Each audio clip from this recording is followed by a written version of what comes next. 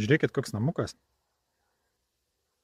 Vieniems patinka, kitiems nelabai. Man asmeniškai patinka. Praeikim, pasižiūrėkim, kaip jis atrodo. Žiūrėkit, kokia aukšta stoginė virš terasos. Tikrai įdomus, nestandartinis sprendimas. Aišku, nepigus, nepigų taip padaryti, bet man tai gražu. O kaip jums? Parašykit būtinai komentarą.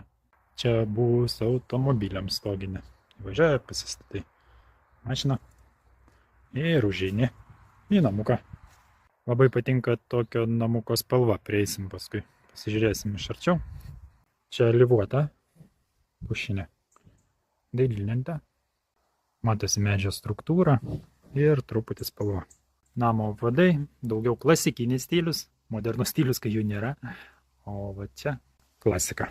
Užeini į namo vidų ir jūs pasitinka tokia senovinė graži krosnelė. Labai retas namas, kuris tokias turi, bet pasirodo dar žmonės tokius darosi ir man. Ir dar kas įdomu, tai dailylentė medinė.